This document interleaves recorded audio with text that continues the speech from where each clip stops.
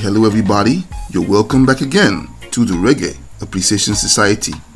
One characteristic of classic reggae music is that genre's ability to send waves of warm nostalgia washing over you, transporting your mind and emotions to times, events and places long forgotten.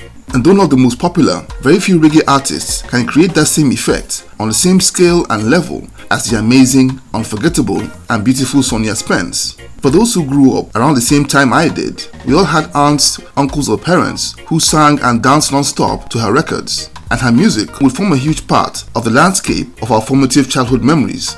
Sonia Spence's music emerged from Jamaica, but her most passionate and arguably biggest fan base is in foreign lands as far away as Africa, where she visited in 1979 after discovering her humongous fan base.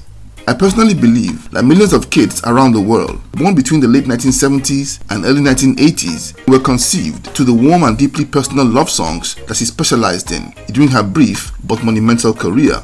But the most fascinating thing about this incredible artist is that despite the impact and popularity of her music, everything about her has been shrouded in mystery. There's very little information about her life on the internet, and all 99% of her fans know about her is that for about 4 years, she was among the most successful female reggae artists out of Jamaica before disappearing without a trace. And they most likely didn't know that her life was divided between teaching kids in her classroom, recording in the studio, and raising her own children. The mystery surrounding her is enhanced by the fact that there are very few photographs of her out there. There are certainly no videos or interviews as far as I know, and it took months of research to gather the information for this video. Her story is grossly underreported, but I honestly believe that this is about to change. Let's take a look at the life and times of Sonia Spence, the mysterious school teacher and part-time reggae star. She was born in 1953 in Restore, Jamaica, very close to the sleepy, picturesque fishing village of Alligator Pond, about 30 kilometers from the town of Mandeville in the Manchester parish of Jamaica. She discovered her flair for music at a very young age, a trait she inherited from her mother, who was a good singer and could play the guitar. The young Sonia learned to play the guitar in record time and became something of a local celebrity in her hometown. Alligator Pond was and still is a very lovely and romantic place, and that environment would influence her lifelong preference for love songs. As a teenager, she was in high demand for performances at all sorts of functions and would serenade numerous crowds with her soulful voice and box guitar. After leaving high school, she would enroll at the prestigious Church Teachers College in Mandeville, where she backed the qualifications to become a primary school teacher. And she also studied briefly at the University of West Indies in Mona before securing a job as a teacher at the New Age Primary School in Mandeville.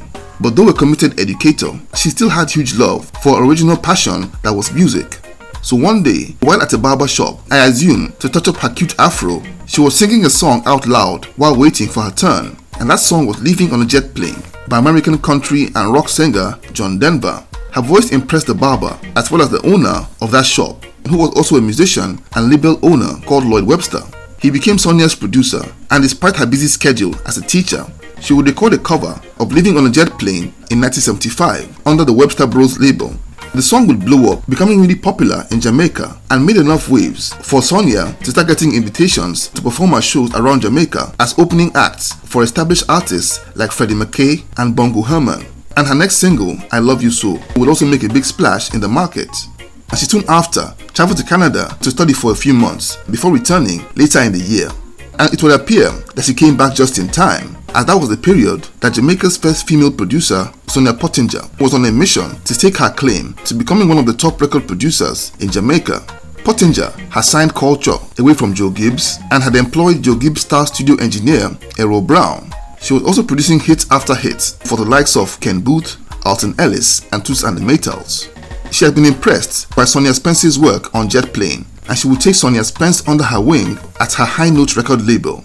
Sonia's first single at High Notes was the single No Charge, and after releasing a few songs, she released her debut album titled In the Dark in 1978. For that project, her soulful crooning was backed by an incredible studio band that included Sly Dunbar and Ansel Collins, backing vocals from Marcia Griffith and Judy Mowat, and not to mention the magic fingers of Errol Brown in the studio engineer/producer's chair. An amazing combination that made her debut album a stunning success that not only blew up across Jamaica but would reverberate internationally. It was a mix of reggae and soul music material that primarily dealt with love from a sensitive girl's point of view. with a calm and delicate voice effortlessly riding the sinuous reggae instrumentals as easily as she worked the slower R&B beats. The biggest single of her album was the track Jet Plane, on which she totally sang her heart out and made one of the biggest songs of that year. That album's brilliance would make her a big name in Jamaica, but also made her a superstar as far as 10,000 kilometers away in Nigeria. Sales figures from those times are not easy to confirm, but it's been suggested that album sales in countries like Kenya and Nigeria surpassed her sales figures back home, and she would visit those two African countries in 1979. It's incredible how she was able to combine all this while still faithfully carrying out her duties as a school teacher at the New Broughton Primary School. Her next album, Sings Love, came out in 1981 and carried on Sonia's incredible trademark of reggae and soul compilations of exquisite love songs. This album also made waves in Jamaica and beyond, and is even considered as being musically superior to her debut by music critics, even though I don't personally agree. But amidst all the fame and accolades that she was enjoying, she began to get frustrated by the record industry's most common complaint: the money just wasn't enough. She was Sonya Spence, the superstar, but her pay was simply nowhere near all the hype. And what I find most baffling about all this is that Sonia Pottinger is remembered for treating her artists a lot better than the likes of Coxsone Dodd or Joe Gibbs were doing. Sonia Spence parted ways with Pottinger and soon after linked up with producer Charles Reid for her third album, Pure Love, which came out in 1983. Also a delightful compilation of love songs that also thrilled her fanbase. But unfortunately, it also failed to yield her the much desired financial rewards, and Sonia Spence fell into depression and would pick up a dangerous substance abuse habit. And according to her sister, the disappointment of not achieving success caused Sonia's mind to crack, and she was never the same. But however, she would stay committed to her responsibilities as an English teacher and was a solid pillar of her community anywhere she worked and lived within her home parish of Manchester. She was said to be a warm and delightful personality and was fondly called auntie by hundreds of children that she mentored and looked out for in her community. She would release music sporadically over the years, but by then the industry had moved on from a kind of music and dancehall was firmly in charge as the leading sound in Jamaica. And by the 1990s, her substance abuse had begun to destroy her body, and she retired from teaching in 1995. But even at the very low point and depths of her addiction, she was still an activist and crusader for the youth, and wrote poems and songs about the dangers of crack cocaine that she knew so well. In 1999, she released what would be her last album, titled Give Love, that was produced by dancehall icon Prince Jazzbo. A brave and valiant effort, but one that didn't get noticed or even go anywhere. Her health conditions would worsen as her dependence on hard drugs went on, and sadly, years of drug abuse would damage many organs in her body, and tragically, she developed liver failure and passed away in February 2007 at the age of 53. Quite a sad ending to such a talented and special human being. It was said that up until she passed away, she still had dreams of making a comeback someday. That was the end of the beloved Sonia Spence, but despite the way her story ended, her exquisitely beautiful voice and music will always be there to comfort, inspire, and soothe the nerves of her devoted fans. That beloved school teacher and singer will always be in our hearts.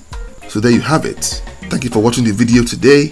Please leave a like, subscribe, and until next time, Jah bless.